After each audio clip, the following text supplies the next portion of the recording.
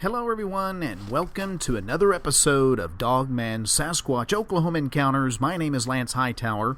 I'll be your host for this episode here, and it's been a wonderful week here in Tulsa. It's been hotter than blazes. The humidity level is extremely high, so it's nice to be indoors here recording and getting ready to share some creepy episodes and true stories again of some accounts that's occurred across the nation. So I hope you guys are well. As I said, it's always good to be in contact with you guys. I'm in the process of moving a business of mine, so I apologize here for the delay in getting this next episode out, but you definitely won't want to miss this one. So before we get going here, I want to say that I was looking at a lot of the comments here, and we kind of switched things up here and there, and I want to give the next giveaway to an individual that he's responded, and he's been very positive and uplifting with his comments. And so I want to give a special giveaway to Keith Smith, if you're listening, buddy, and your son. Go ahead and call the toll-free number, or you could email me at lhightower4811@gmail.com and give me your son's size, shirt size. That's what we have as our giveaway, and give me your size, and we'll send it out to you as soon as we get that. Sincerely appreciate you guys tuning into the show and sharing our channel with lots of folks out there. So congratulations, Keith and your son. We appreciate you listening so very much. And to the rest of you, we want to go ahead and thank you as well. And in doing so, we want to go ahead and recognize some subbers out there this evening. We have JDA 1961, Bryce Turner, Sean Strickler, James McCory, Dale Holmes, John Pagliasotti, Chris Mackey, Angelius Adventures, Mr. Pac-Man 426, Allison Jane, On Safari 247, Jim Jackson, Bella Tubbs, Brown Hornet, Christine Ray, and last but not least, we have Linda Kenny. Thank you guys so very much. We sincerely appreciate you tuning in each and every time we have an episode. And for without you, we would not have a show. We appreciate you listening, as well as sharing our channel with many, many others out there. So thank you from us to you. As we say on many episodes, someone had an encounter last night. They saw something that they couldn't explain. They are terrified, they're frightened, it's bewildering. They're still trying to process what they saw last night. They can't make sense of it. And in doing so, they go through a flood of emotions. Who can I tell? I can't call a police officer. No crime was committed. I'm not even sure I can tell a close friend. They might think I'm crazy. Or they'll embarrass me. So these shows, like ours, give people a platform to share. It's releasing to share. It's healthy to share. And in doing so, they realize they're not alone. There's many, many, many others. In fact, thousands, in my opinion, that have had very interesting encounters with cryptids that are out there in the woods across America. If you think about our oceans, not everything has been discovered and identified in the ocean. It's too vast. It's too deep. The same thing holds true with the land here across the United States and in many other countries. There's so many vast expansions of land. To say that we know what's out there is fooling ourselves. So if you know of someone, including yourself or a group of people that have seen something, encourage them to share. They don't have to give their name. They can be totally anonymous. We don't have to record their story specifically. We can narrate it. Encourage them to call our toll-free number, 1-866-306-8085. We'd love to hear from them, and more importantly, to know what happened, where it happened, to share with others, because many others, like I said, have had very, very similar encounters and are just afraid that they're the only ones that have seen what they saw. So in getting going here, we had a gentleman from Tennessee that called our toll-free number, and he did not want to be identified by his name since he's in a position that he's in a small town. Let's just say that. So he doesn't want people to know that he saw something, and he doesn't want to be labeled as crazy. Of course, we've heard this many times before, right? So he shared this story. He didn't think it was anything at first, is what he told me. He said, Lance, I saw this. It was in broad daylight. I was by myself, and I saw this thing. I could hear these coyotes coming, and I saw it, and I was doing a double take. And so I kind of brushed it off. I told my dad. My dad said that it wasn't nothing per se, but I just kind of let it go out of my mind until I saw something again not too long ago. And then I heard these stories and encounters and eyewitnesses on other shows and your show, and I thought, I wonder if that's what I saw. I bet you it was. And what he saw, that he believes he saw a juvenile dogman creature in broad daylight. So you're going to find it very, very interesting. Again, he did not want to give his name, but he didn't mind to share the story from his personal account. So let's go now and listen to what this gentleman from Tennessee had to say. I've been a professional, paramedic for the city I live in. Well, I don't live in the city that I work for, but I did. Big metropolitan city in Tennessee, actually. I'll give it that much. And but I lived in another county at the time, and but I've done it roughly almost 25 years now. And I'm just pretty much a realist. If I see it, it is. I work around science, so in my field, everything's proven. You know what's going to happen with this or that. There's really very many surprises, and I've just kind of kept an open mind for cryptids all my life, and I love horror movies. I'm a sculptor by hobby, so I do a lot of creatures, and Bigfoot's been an interest since I was a kid. You see the Gimlin film and all the other ones that come up through the years, and love documentaries like Cryptid. I just love them. So, but I've never hunted for them. Never went out looking for anything. I just kind of do my job, raise my family, and deer hunting since I was 11. I'm 48 now. Been in the woods, land between the lakes, all over Kentucky, all over Tennessee. I've never seen anything that would make me consider that a cryptid is actually a real deal thing. I know now. Until, I'm going to say it may have been, my daughter's 5 now, and it was toward the end of summer because we were getting hunting gear together, I remember. And we were just in our living room, and I had huge picture windows on the back of my house. And on the second story where the deck comes out of the house, you can see over a 700-acre farm and a big field, and I have deer that cross through there all the time in the random spots or, a hog, just fun things that you'll see in the country. And one day, in the middle of the day, very odd, my little girl, I had her playing in a playpen in the floor. My wife was at work, and I heard some coyotes yelping, just like they were running something on the hunt. And I thought to myself, well, that's awful odd. It's in the middle of the day, still hot outside, and that should not be going on. It was really odd for my area. And I live really close to, I will say this, the Montgomery Bells State Park area. So we get a lot of drifter animals or cut-through animals that come through that area as well. So I thought, well, they've cut through there, and they're coming through this big farm behind me. They're running something. So I go over to the picture windows, and they're huge. They're over 7 foot tall, and there's 4 of them in a row. And I just got a great view of this field and this dirt road that runs behind my house.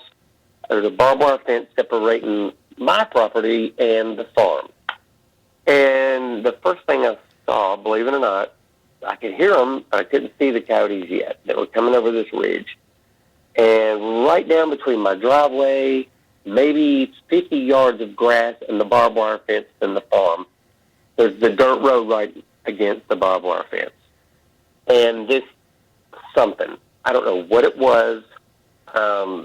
I will start with, I have a 90-pound boxer that was in my garage out at the time outside. He was in there asleep. For some reason, he didn't even get up. And these things were raising hell, the coyotes, but I still hadn't seen them. But what I did see was something very strange. It would have made 3 of my 90-pound dogs very easily. And had some gray in it, but it was more of like a lighter than a deer. I don't want to say deer brown, but it had some deer brown in it, some red, and just really light colors. But this mane, that's what caught my attention first, was this big, thick, broad-shouldered, shaggy mane that went from between the top of its ears down around the jawline and under the neck, similar to a lion, just not as big as a lion. And the front shoulders were really wide. The back legs were kind of small, which, oddly enough, it really reminded me of that dog on Bugs Bunny, the bulldog, the way he's built. Oh, right. And like hyena, and now listening to some shows I've heard, which kind of threw a bell in my head, other people I've heard them saying that color range and size very shaped like a hyena. And the coyotes finally come over the hill, but they were keeping a good 30, 40, 50-yard distance behind it on purpose. You could just tell because whatever this was, it was not running full bore. It was at a heavy, almost like a semi-fast saddle gait, what a horse would do. Okay. So the coyotes were keeping a distance that they could have easily caught up to it. They just chose not to for whatever reason. And I thought that was odd. And because I'm thinking, if this is a feral coyote, some kind of domestic dog mix, he's going to run with this pack. They're not going to treat him any different because he's been raised with them. Right. They were keeping a distance for a reason, and you could tell. The dog thing, whatever this was, it's running, and its front feet were longer, and it was just reaching out and pulling its hind legs almost under it, like those dogs on racetracks run, where they don't run side-by-side legs. They pull and bring their back legs under them, and which struck me really odd. And all of a sudden, this thing just stopped right by my fence row, right in the middle of that dirt road. And I thought, uh-oh, now I'm really going to get a good look at him because the distance from my balcony and that dirt road was less than 60 yards, I'm thinking. So I could see him really clear. He never looked over at me. His mouth was open, panting, running, but the teeth, you could see these really, which was odd too, really white, almost like he had been to the dentist and got his teeth bleached. Really? Not normally white for a dog. Especially a wild dog. They were really obvious. And I don't know if his gums were so black that it made the teeth stand out and look whiter, but definitely long, and the front canines hung down almost past the bottom lip. They were like ridiculous, so he couldn't really close his mouth good if he wanted to. I'm sure they were designed for him to, but it just looked like he'd be uncomfortable. And he stopped, and his mouth was still open, not panting really hard, but his tongue was just kind of out weird, almost like when you kill a deer. That big, long tongue's out to the side. Right. And he sat up out of the blue. I think, what is this guy going to do? Is he going to jump my barbed wire, fence and come into my yard, or what is he doing? He sat up like somebody was holding a treat over his head. Sit up, Fido. And his tail come up over his back. He had a really bushy tail. Almost fox bushy, red fox bushy. And that tail arched up over his head, like almost between his ears, like he's trying to get out of his way. And he had, for radio show, a BM. He had, right. He took a dump right there in the road. But he was squatting. His back legs were squatting. His hindquarters were off the ground enough where you could see it falling. And I've never seen any canine sit up like they're begging and squat to take a dump. That blew my freaking mind. He never pushed on up and stood up on two legs, but he squatted on two legs. The difference between a dog sitting on two legs or squatting, because he still had control in his legs. He didn't release them and relax them to sit down. He was holding himself up. And his front feet were out in front of him, just kind of wait, like he was in waiting mode. I take a dump. And when the coyotes hit the brakes, by the way. They slammed on the brakes. Dust flew everywhere. They still stayed about 30 yards from this thing. And they were just kind of walking around in circles, yipping and looking at each other like, what do we do? What do we do? Which was odd behavior to me. And so I'm watching this whole thing play out, and I'm thinking, what the hell is this? Right. I've never seen anything like this. The thing finished. He handled business. He dropped back down on those front feet and made a hard, just like an immediate hairpin left and ran down the valley across the underground spring that comes out and feeds a big 7-acre pond by my house, and ran up the other side of the ridge faster than any animal I've ever seen in my life, and that is the truth. When that thing took off running, the coyotes were like, oh, my God, there he goes, let's go. And they were, by then, 80 yards behind him. He was gone, left them in the dust.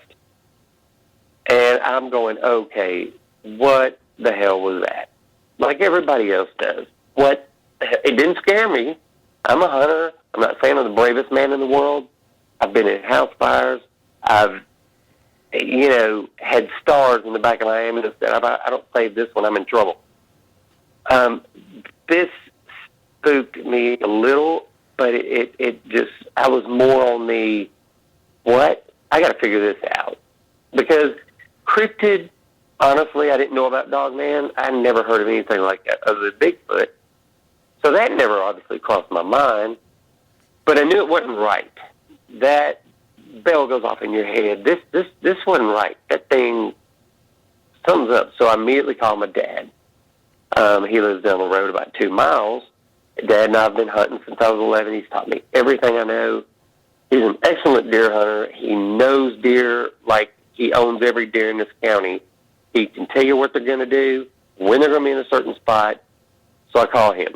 I'm like, Dad, I know you've killed coyotes. I've killed coyotes. We've seen them do weird stuff.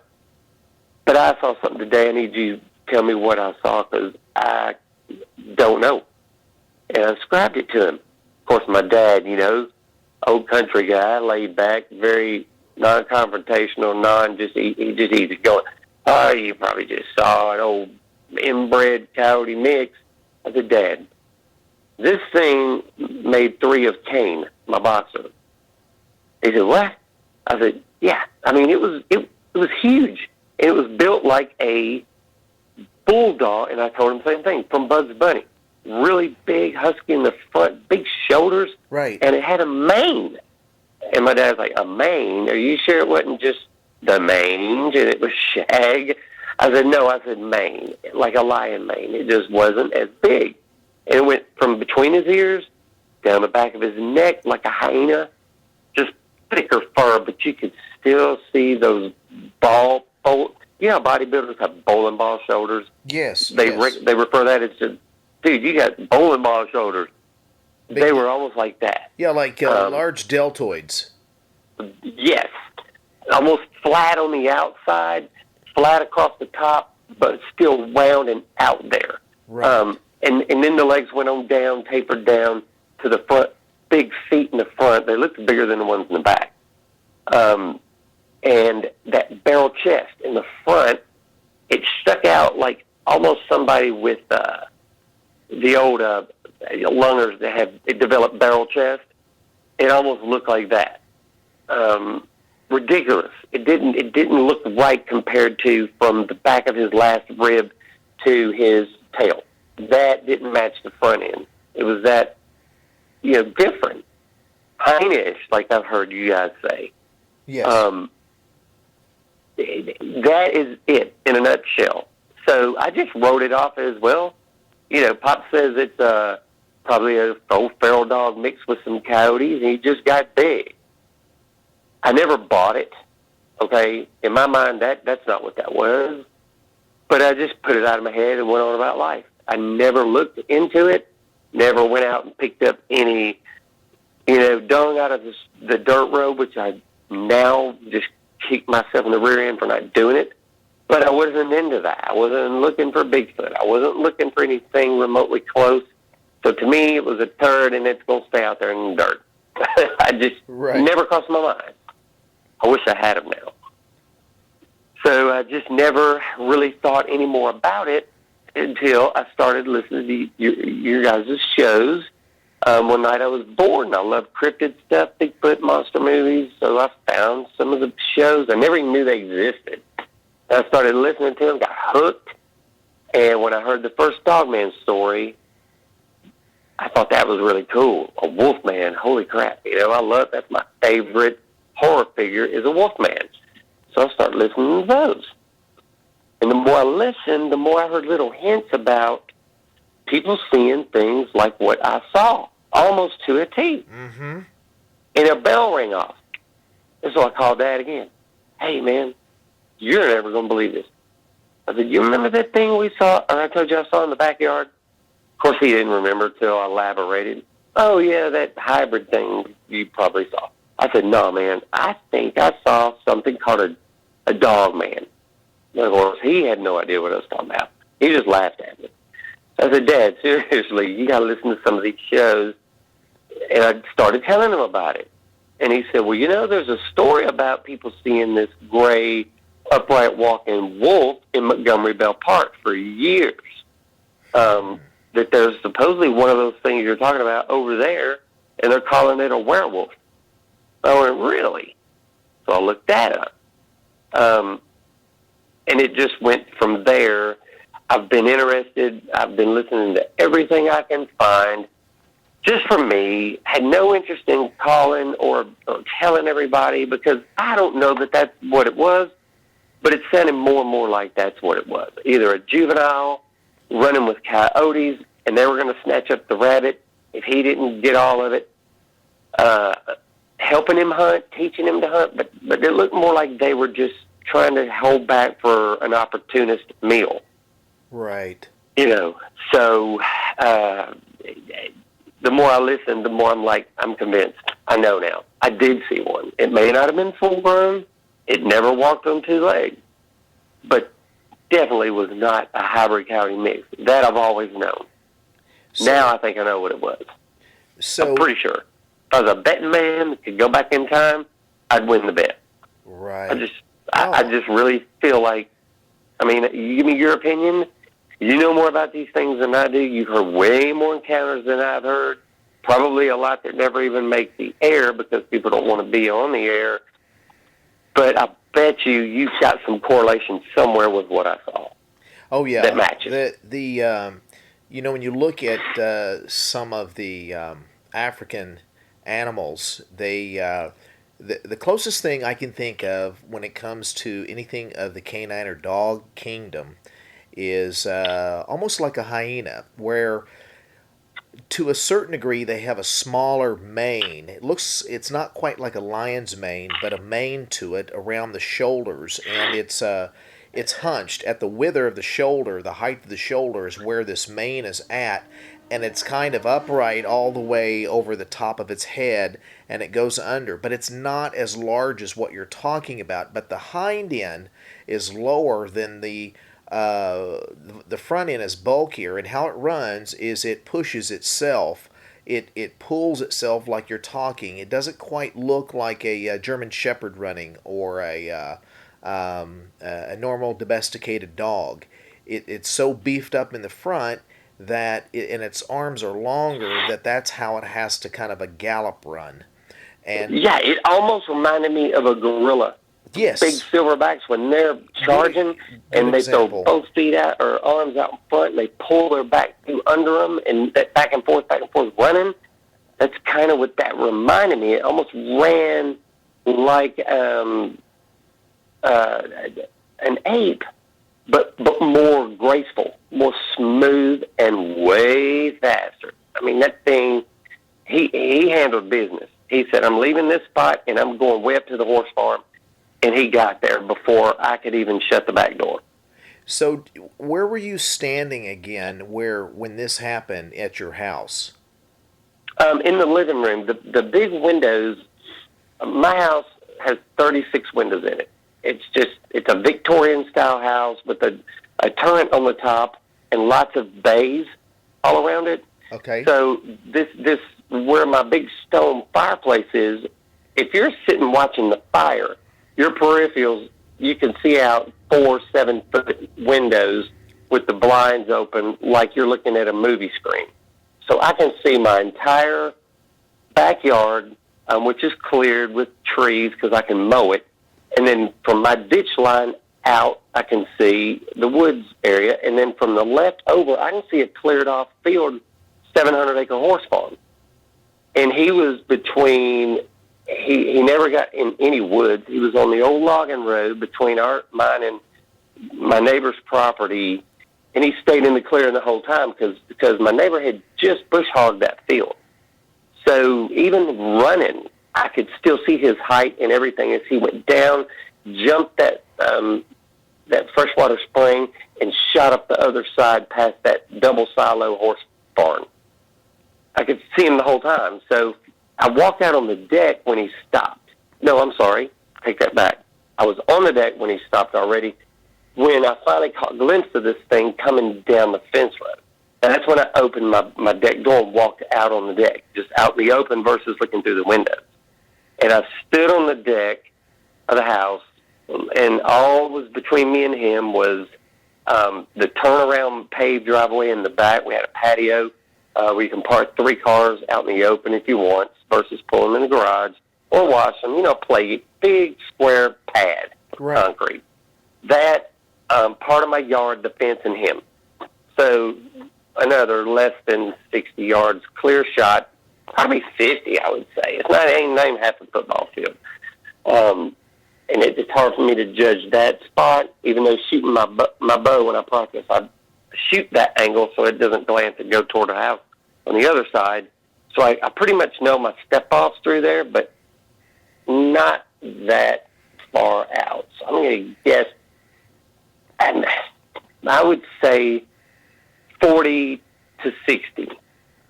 Lowest to max, that's how far he was from me. That's fairly close. I could see his hair blowing in the wind. Yeah, that's close.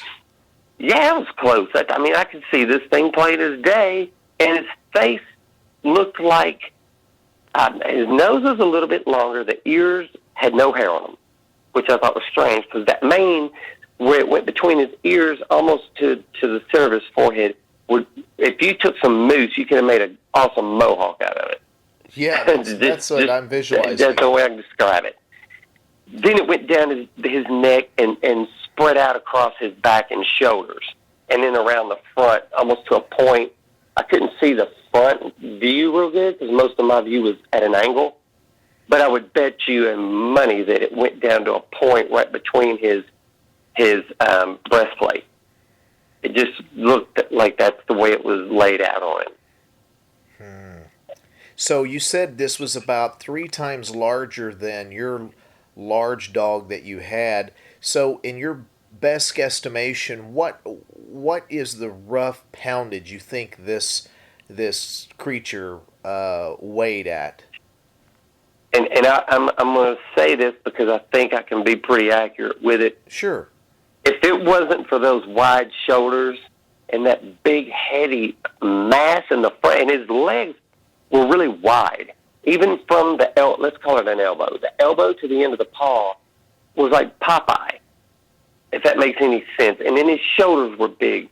If he didn't have that much mass in the front, I wouldn't give him this much weight, even though he was taller and longer than my 90-pound boxer.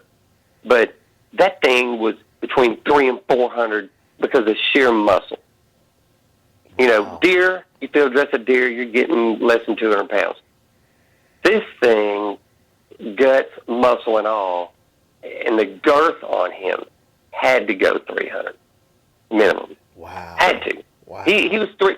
You could stand 3 of my dogs, one in front of him and one on each side of him. Or, I'm sorry, let's put it this way. You could take my dog and then put 2 of my dogs kind of from my dog's back hip back, and it would have barely made the shape of that dog. Wow. And my dog was 90 pounds. In a boxer, that's a big boxer. And I put him in. And my dog drags skunks up, possums. He'll kill a snake. But the odd thing is he never came out of the garage, never barked, never did anything. And for Kane, if he hears coyotes yipping, he's out there screaming with them. Even the fire engine sirens in the area. He's out there. What the heck's going on? these coyotes yelping. This thing never made any noise. But my dog never came out of the garage, and I went in there, and he was in his bed in his blanket looking at me. After it was all over, I went down there, because I brought him in the house. And I thought it was odd. I said, boy, why didn't you go out there and chase that old ragged, probably rabid, dirty, manged-up dog out of here? I'm teasing him. You're supposed to be my boy, You're supposed to get out there and run these things off. He just kind of looked at me. Like, I think he heard it. I think he may have smelled it. Yeah. But, and now I'm hearing these stories of these dogs cowering when they get around one or hear one or smell one. They know something ain't right, so they don't want to even attempt to confront it. I'm wondering if that's what he did. Well, he just stayed in the garage. It's very likely. I mean, it's very likely. There's, a dog's scent is 20 times better than it's incredible compared to ours, of course. So, and their hearing, of course, they can hear the megahertz that they can hear is a lot better than our hearing. So, it wouldn't surprise me at all on that. You said that it ran this distance up into the other hilltop. About what was the length of that distance, and about how many seconds did it cover that distance, you think? Oh, it's every bit of 2 football fields or longer. If you do it on Google Earth with the coordinates I gave you, you can see that field behind me and how he ran from my fence, where I gave you my address, to that horse barn with the 2 silos. He made it across the first field, down the bottom, and up the top in less than 30 seconds. And that's probably, I know we were hitting golf balls one time, and we were guesstimating that probably 250, 300 yards from where we were hitting golf balls in my backyard, trying to bounce one off the roof of that big barn way over there. And he made that in no time. Wow. It was stupid. I mean, I hate to use that word, but, to me, it was just actually dumb how quick he ran. And it made no sense to me. Well, Dave, Wiley David's on our team. He had one in his best guesstimation, and he was a professional coyote caller, and so he knows distances really well. And he said the one that he saw in western Oklahoma it covered about 350 yards in about 7 seconds, 6 to 7 seconds. Oh, I believe it, and I'm being generous here. It was probably way faster than that. It's just been so long ago, I can't really. Oh, I understand. Yeah, it. Absolutely. But I mean, it was 30 seconds. That's half a minute. I'm going to say 15. Seriously, I mean, it was really stupid. I've never seen an animal run that fast. Of course, I haven't been to Africa. I've never seen a cheetah run. All these other antelopes and these things that can run really fast. I've seen deer book it. This thing was 10 times faster than any deer I've ever seen run. And there was no dust kicking up or grass, or it wasn't like he was just tearing up jack to get over there. He just did his thing. It's like he's done it 1,000 times, and he, for lack of better words, he floated and flew up there. Well, and that's the thing. Weird. When Dave's took off, it was on 2 legs, and he said that it didn't run like a man, where the legs are going back and forth very fast, and the upper extremities, the upper arms are going very fast back and forth to counterbalance your swinging of your legs. He said this thing that he had its left paw, upper arm, kind of out in front of it, and its right arm or right upper extremity down by its side, and its tail was sticking straight out like a rudder. And it was a bounce run. It was clearing like 40 or 50 feet every time it hit the ground. Wow. And it was running upright. As smoother than it did on 4 legs. He said it was almost fluid. And it cleared. Yeah, fluid's a good word. I would use that. Now, this one never ran on 2, but the run, when he hit full bore, like it's time to turn on the afterburners, that run was different than the mediocre, let's play kind of I'm going from point A to point B just for fun run. When he shot off, that was a different run. It looked different. I wouldn't say hopping, but he was, maybe that's what he was, because he would be up in the air and then down, up in the air and then down, up in the air and then down. And further movements each movement than the one when he was approaching, the house area. Right. It was definitely a different run, and I don't know if it's just because he was doing it fast and it was further away and the angle was now from the back. But if I'm a betting man, it was a totally different style of running. Unless he was running hunched over, because again, I'm looking at him now going that way. It was from basically his rear end to his back of his head and 2 ears. So I couldn't really see how he was doing it. Right. But it was over, down, over, down, over, down, big long arches, gone. Right. Strange. So when he was in the middle of this logging road, 60 yards out, you were watching this dogman creature. You're looking. I mean, that's what we're going to call it, because I don't know what to call it anything else but that. And I know, me too now. I'm with you there. So you're seeing this. How did it hold? Because it was squatting in the pre-interview. You said it squatted like a man, and it was squatting down. How did it have its upper arms or its upper extremities when it was defecating? How was it? How was the arms? Yeah, it's funny because at first, that's when I had walked out. It looked like at first he had him on his knees. Because I couldn't really see at my angle, so I had to walk around to the kind of where there's actually a bay window shaped part of the deck where it first comes off the house. So I had walked on out to that the bump out, let's call it, so I could see better. And because I'm like, that thing's got his hands on his knees. Like you and I, if we were in the woods and nature calls, you find a tree and you put your back against it, put your hands go on your knees, and you handle business. Right. From a hunter, that's the way we've always done it, and I thought that's what he was doing at first. I thought that thing is squatting and he's got his hands on his knees. Wow. Is he going to pull out some toilet paper in a minute? I'm thinking silly stuff. And then as I got a better look, the paws were actually between his back legs, but just hanging.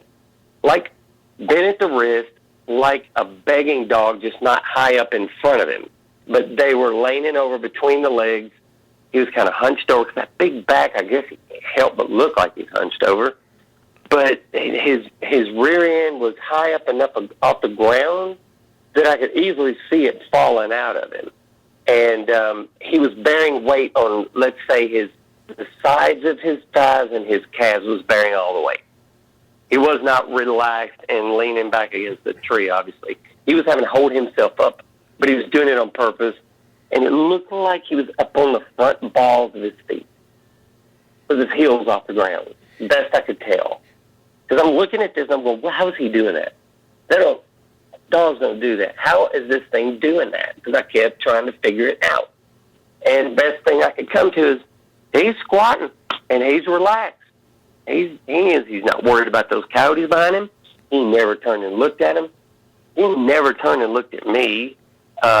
Never in my direction. Of course, I didn't make any noise, but I was bamboozled, baffled, whatever word you want to use, because your mind goes, and you hear other people say that. Your mind goes 1,000 miles a minute trying to figure this thing out, but it was doing something so strange that I've never seen an animal, other than maybe a gorilla, take a defecate like that, let's call it, other than people. And I'm like, that thing just took a dump like a person, and he even got his tail out of the way to not get it on it.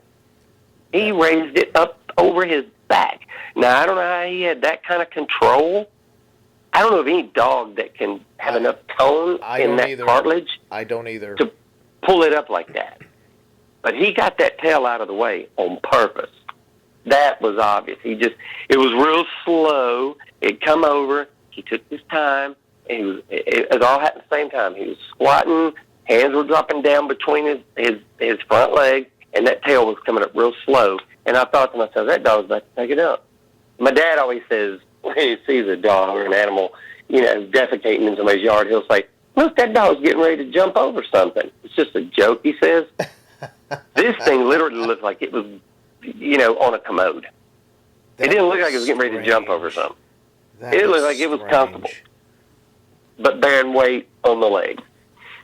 And then dropped down, never looked back at the coyotes again, because they were doing something really strange that I don't think I've ever seen them do when they're on the trail of something, is just stop and run around in circles like they're all talking in a yipping form. Okay, all right, now he stopped. What do we do? What do we do? Do we get any closer? Do we hang out here, guys? Talk quick, because he's going to be gone in a minute. That's the demeanor they had. And I thought, now what are they doing? Why aren't they up there with him, kissing on him or biting at him or nipping at him? They're hanging back discussing it.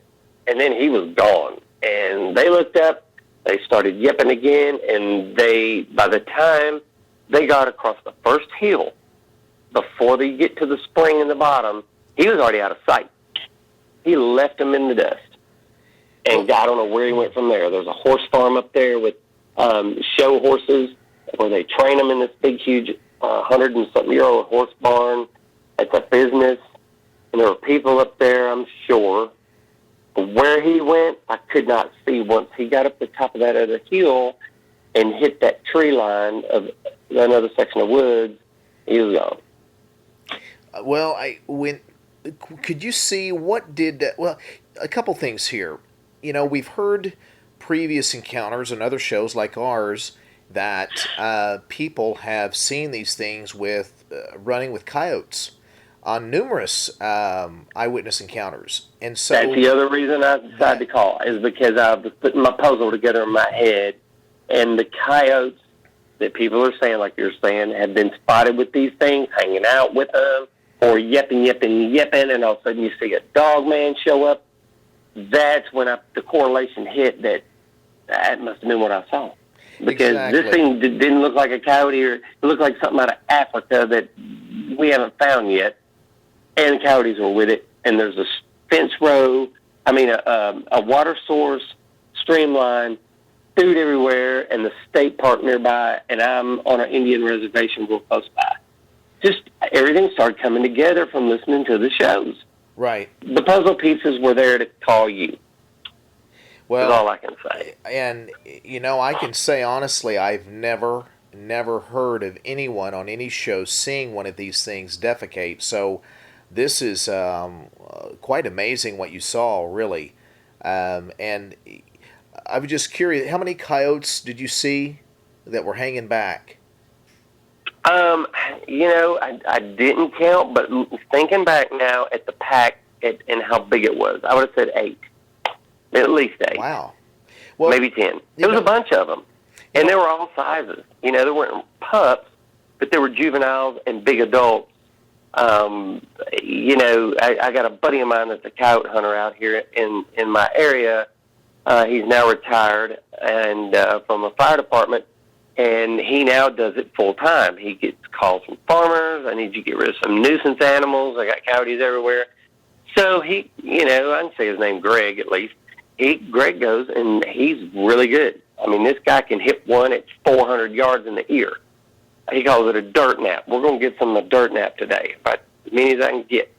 And I've been thinking about calling him. And just, saying, Greg, I don't think anything stupid. I just want to ask you a question.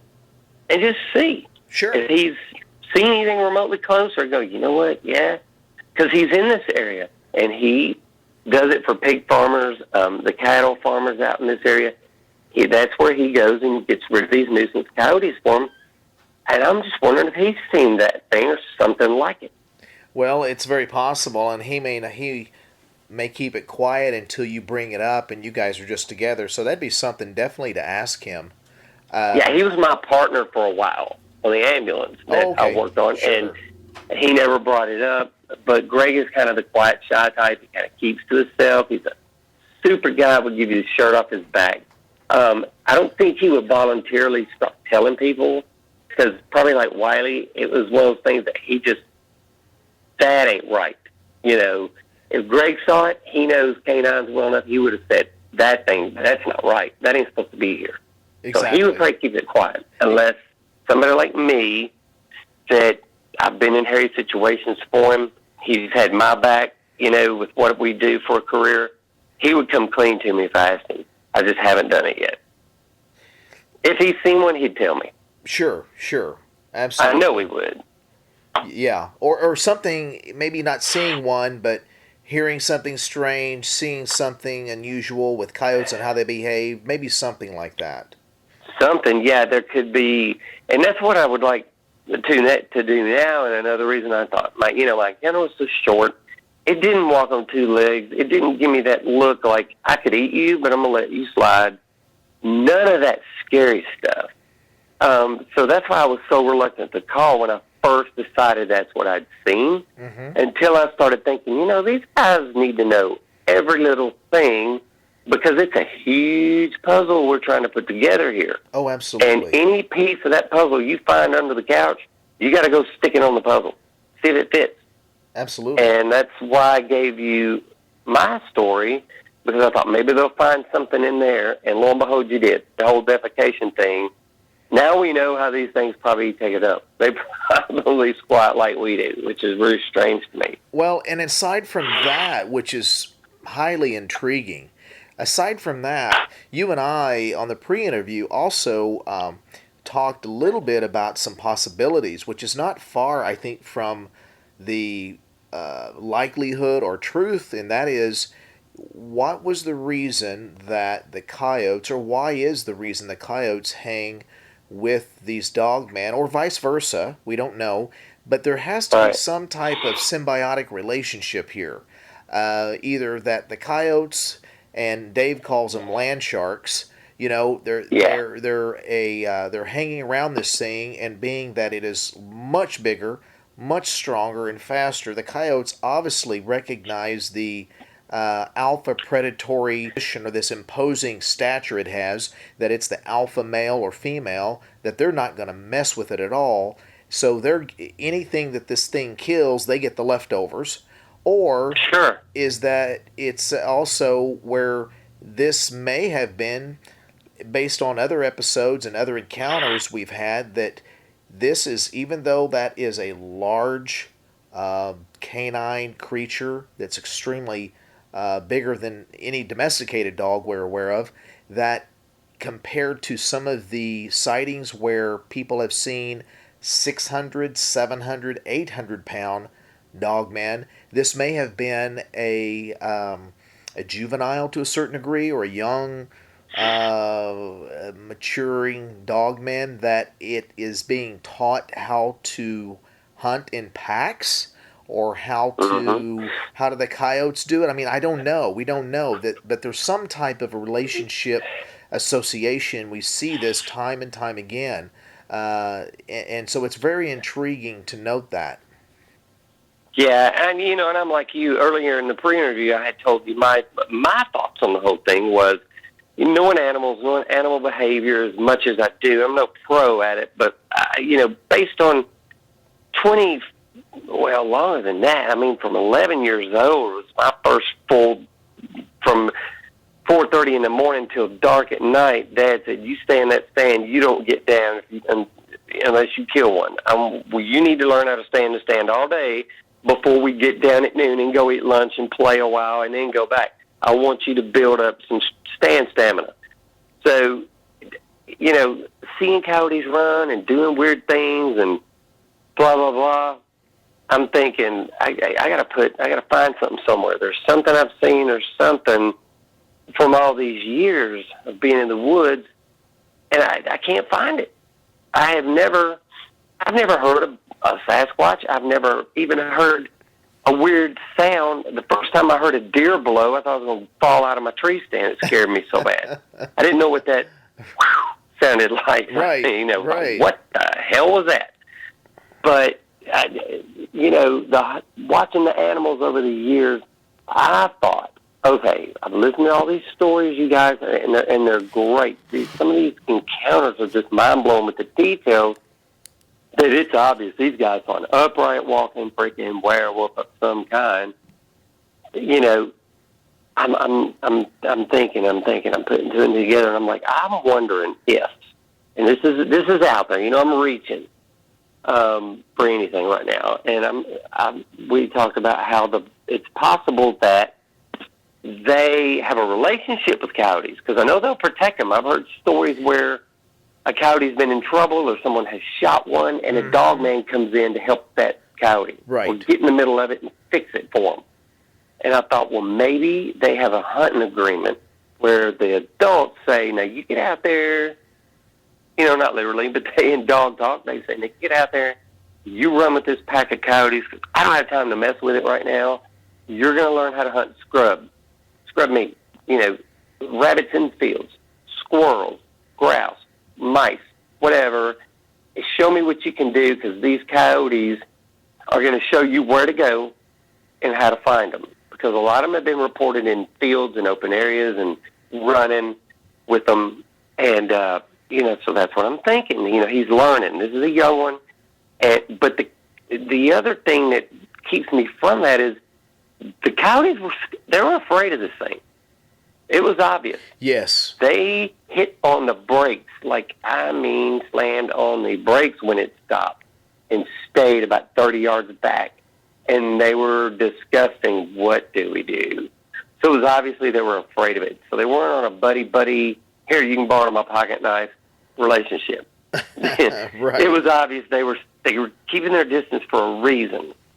But I'm thinking, too, the other possible answer is, if this thing kills something big enough and shows his daddy what he can really do, and he gets a deer or he gets a big, something, big old buck rabbit, and eats part of it, these guys are going to get the rest of it, because coyotes are hungry 24/7. They can't go to Kmart or Walmart or Kroger. So they have to get leftovers or catch their own. These things, I think, are hungrier than any other animal in our national forest out here, just because they have little bellies, they digest it quick, and they got to keep on the hunt. So it would make perfect sense that they're after him for the leftovers, but they're not going to get too close to getting his way. Yeah, we'll just let him get full, and then we'll get our pieces. Exactly. Right, exactly. We'll get his leftovers, but don't bother him. Don't ask him for them. Exactly. He may be one of those people that would rather throw them away than give them to you. Right. But they were there for it. If he left something, they were going to get it. No doubt. Yeah. Or they were showing him how to run, where to run, and we'll stay out of your way. Who knows what animals can say to each other or talk, especially these freaking dogman guys. Come on. We know, they're going to screw a light bulb.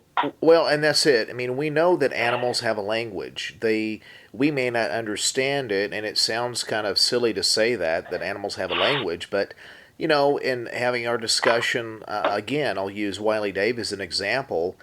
That guy's awesome. I like him. Yeah. I'd love to meet him. Yeah, hopefully someday we'll head your way, and we can. We'll look in that area, and we'll... that's kind of one of our missions that we want to do here soon, is actually go to the some of the episodes that we've had is actually go to the site, and the person shows us kind of what happened on the site. Man, we can do that anytime. I can take it. I'd love to take it to Montgomery Bell, pull it up on Google, look at the vast, this thing, it's huge. It's very protected. There's all game wardens everywhere. There's a game warden office. Only areas you can get in, there's other ones blocked off for whatever reason. It shouldn't be, but they are. And you almost make you go, why do they keep that area blocked off? It's so pretty over there. But there's waterways all through it. There's a big lake. There's cabins. But there's also certain areas that are off limits most of the year. But I could take you over there and show you guys, ride you through, show you where I saw this one, show you my second. I'd love it. I'd do it in a hot second for you. Because I want to know what these things are, too. I got a 5-year-old girl that I want to teach her to hunt. And she is already shooting nuisance chipmunks out of the backyard with her new BB gun. Man, she's 5.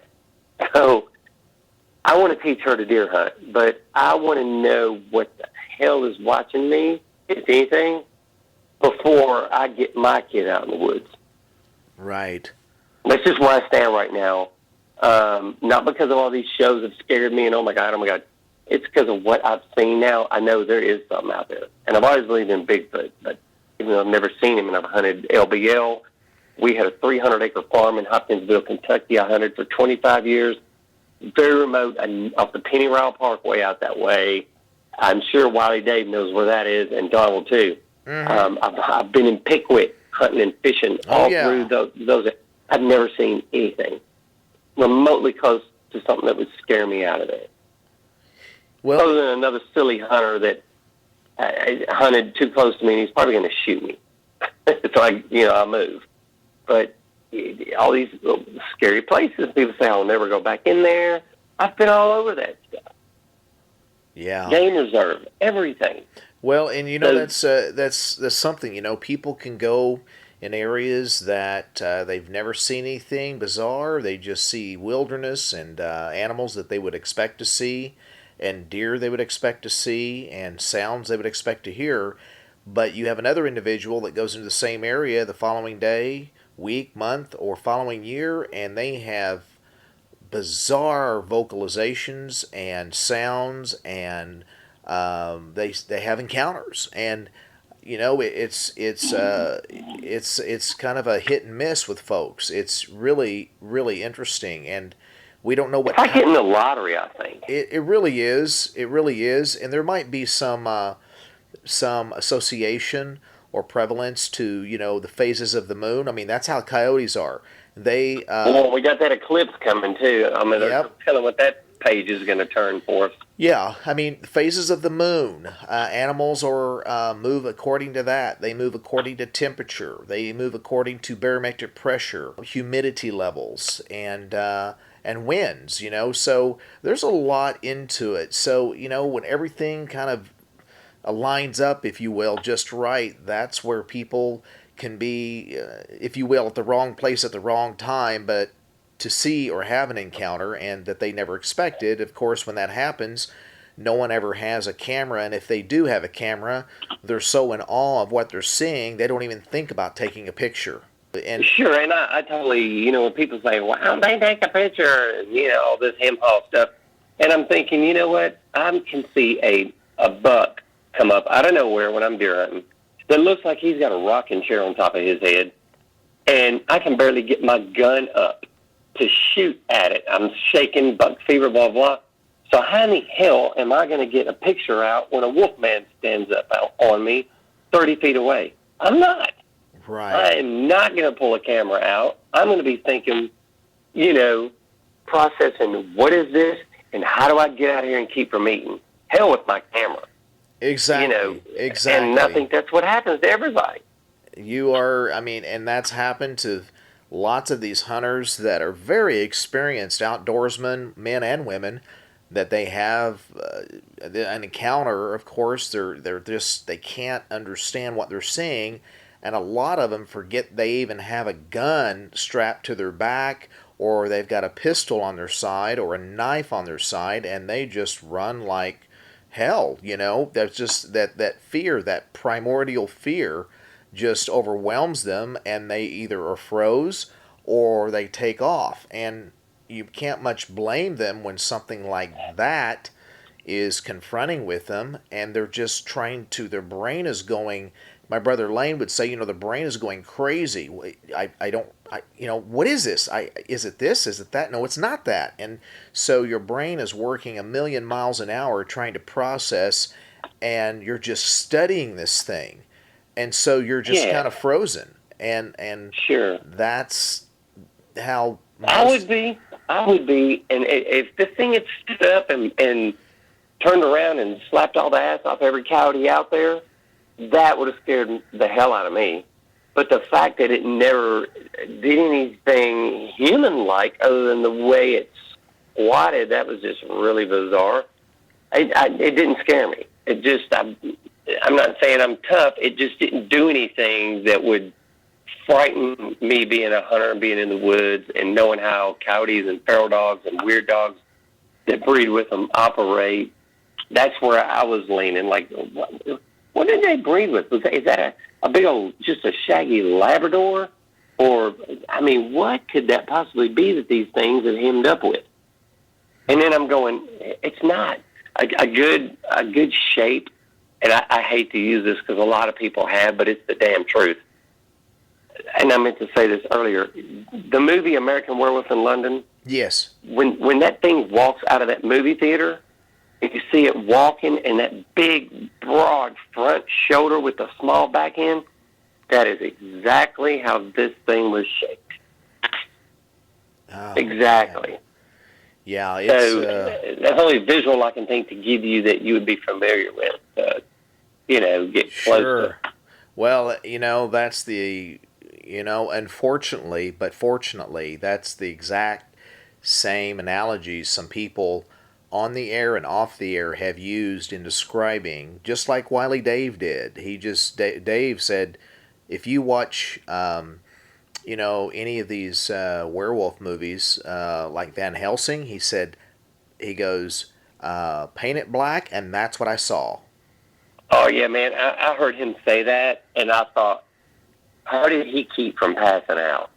I mean, because that is not normal, let's face it. And I know he's a hunter, so he was like me. He's probably thinking Animal Kingdom. He's not afraid, but he's like going to figure out what the hell, who created this one? Which two animals got together and put this out there? Right. That's where you think if you're not afraid from a hunter standpoint. But when I heard him say he looked down the daggum thing's throat with his scope, he saw enough that would have scared me, for sure. Yeah, I mean, Dave has a lot of military training experience. I mean, he's a ballistics expert, shot for Remington. I mean, he actually created loads for these companies that we shoot today.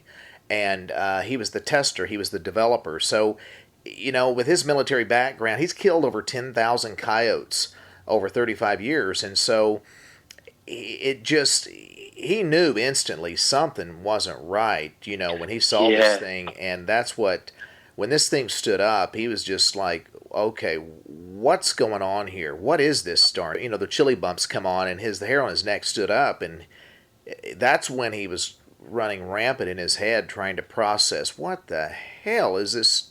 What is this standing up? And so... Yeah, and the funny thing is, you're talking about the gun, and I remember him saying, I didn't have enough gun. Now, I could have shot it between the eyes, but I'm not even sure that would have handled business for me. But he was more intrigued on looking at it, trying to figure it out, than he was killing it. And I remember I was telling you it was getting close to deer season, and getting the closer to fall it gets, I get so excited to get my targets out, shoot my bow, get my guns out and clean them and get them ready. Well, my 7mm Magnum was leaning beside the back door that I walked out on the deck to look at this thing. And I never thought to pick it up and just bust it. Because in Dixon, anywhere in this area out here, Burns, Tennessee, all of it all the way out, you can shoot a gun in your backyard. It's legal. Nobody's saying anything. If you're just shooting your Alt-6 at your target in your subdivision back here and you only have half an acre, it's legal. So I could have killed it. And nobody, if I could have even killed it with 7mm, I don't know. But nobody would have called the cops. I could have just drilled it. And it never crossed my mind to do it. Well, I was just trying to figure out what it was. Yeah, well, that's just it. And I think that's why that no one ever does shoot. It's just so bewildering and scary and imposing that you're just in awe. Like, you're just stunned. Even after it left, you're still in awe and numb from what you saw. Hey, I went and got my phone, and, my dad is my lifeline with hunting. He's taught me everything I know. Is that first thing I thought was, I'm going to call Dad. Maybe he's seen one. Maybe he knows what the heck it was. He had no clue. He just wrote it off to, they probably just bred with something. Because like me, he had never heard of Dogman or Wolfman. We've heard of this, White Wolf of Montgomery Bell, but that's just a story somebody tells once. You might look it up on Google and then you forget it, right? You don't go over there afraid of Montgomery Bell because of that story. But if it had just been coyotes coming through, because I have a dog, and I had a little miniature pinscher at the time as well. She was in the house. My neighbor had just he come home from church, on Sunday night services. A lot of screaming, yelling in his backyard. He had a fenced-in backyard, and he had 2 weenie dogs that he'd leave out when they went to church and then bring them back in. Again, chain link, fenced-in yard. Our houses were all about 2 acres apart in this subdivision, so we had 2-acre lots plus the distances. So he backed up to the farm as well because of the cul-de-sac. And they come home and heard all this growling, screaming, like dog attack. And he hit his bright lights through the backyard, and 3 coyotes were in his backyard ripping his dog to pieces. So when he hit the bright lights and laid on the horn, they dropped his little dog, and they jumped over the chain link fence and were gone. And so if this had just been coyotes, I'd have started shooting at them because I don't want them around. They're a nuisance. They're dangerous. They carry disease, and they will take Fluffy off if they get a chance. And I don't want my dogs taken off. Right. But the fact that it wasn't just coyotes, the thought of picking the gun up never crossed my mind. It was something different. Yeah, and it's been different for me for hearing it. I can say that, and I think it's really going to intrigue a lot of our subscribers and people that have had sightings, and trying to compare their sighting to what they saw, and then people that's never seen. I think we'll probably wrap this episode up, buddy. But sure. In closing here, do you have any final comments you'd just like to say? Absolutely. Being a hunter safety, fisherman, all my life. My grandfather was a professional bass fisherman. He had fished on Tennessee Outdoorsman with Jimmy Holt. I've done a lot of outdoor things. Now, I'm not going to be just watching out for copperheads in the woods. And my advice to people would be, these things are obviously out there. I'm not on this show to just have fun with it and hear myself back on YouTube. That's not it. I called because I've now realized these things are real for sure. I'm not even worried about Bigfoot anymore. This thing that I saw was built to handle business. If it wanted to, it could have done whatever it wanted to. People need to not go looking for this one. Bigfoot, I don't know enough about to say, yeah, go out, do your thing, just be careful. Don't even go look for this thing. I would not want to find one on an accident, let alone on purpose. I would say go, like you always hear, go with people. If you're going to go camping, don't go by yourself. My brother does that in Chattanooga, and it makes me worry. He'll just take off to the woods because he rock climbs, and he'll go by himself. And I just don't think that's wise, even if you got a pistol or a gun, because you better be a sniper by trade if you're even going to attempt to shoot at one of these things. So people just, all these listeners out here, if what I can tell you tonight has helped out, as far as some of the clues, if it can help put together something you saw, call into these shows. These guys are great.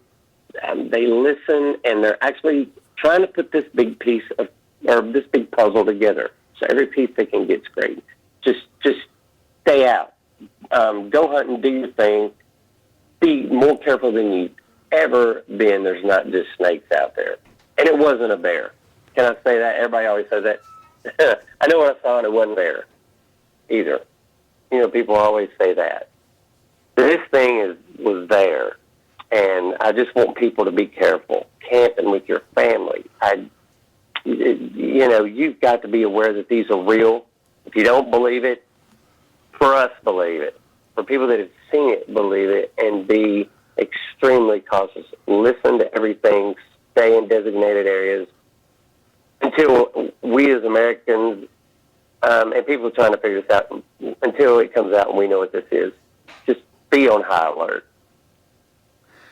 Well, I think that's really good words. I couldn't have said it better. I mean, people that have seen these things always want to ask and follow up with the last words, because in seeing, they can give the most honest, direct opinions, especially these people that are outdoorsmen and very savvy woodsmen. So thanks, buddy. I appreciate it so much for just having the courage to share.